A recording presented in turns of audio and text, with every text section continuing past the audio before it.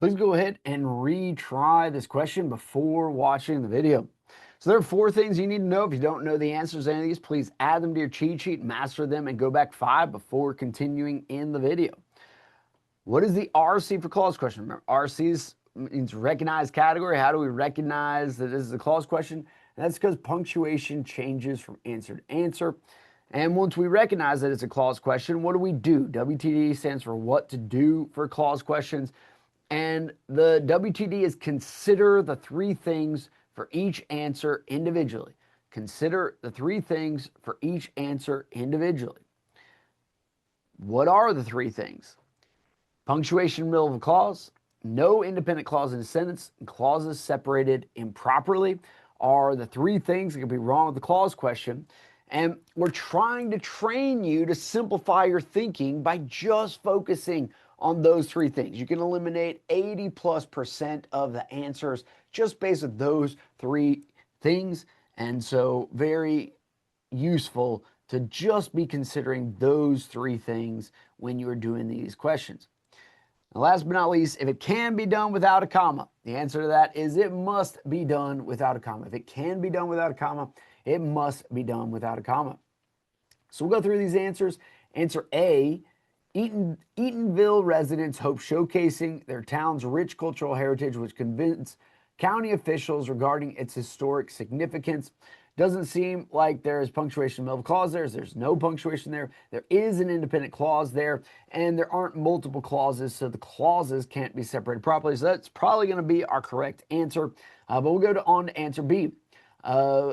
Eatonville's residents had hope while showcasing the town's rich cultural history would convince county officials regarding its historical significance.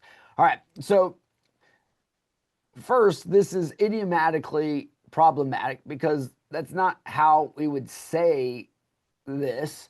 Eatonville's residents had hope while showcasing is awkwardly worded and just not how we'd say it. So that'd be idiomatically problematic. There's not punctuation in the middle of a clause, though. There is an independent clause in a sentence, and clauses are separated improperly. So it doesn't break any of our clause rules, but it does break, our idiomatic rule. So we'll leave it there for the time being, since this is, a clause question, but we're going to end up eliminating it based on the idiomatic problem. Answer C, punctuation of clause. We're considering the 3 things for each answer individually. There's punctuation in the middle of this clause, and there also isn't an independent clause in the sentence the way that it is separated with the comma. And either one of those is going to allow us to easily eliminate answer C. Answer D, Eatonville's residents, comma, who hoped showcasing the town's rich culture, So both problems with this, there is punctuation in the middle of a clause, and there is no independent clause in this sentence. So this is also going to be eliminated based on those 2 different errors.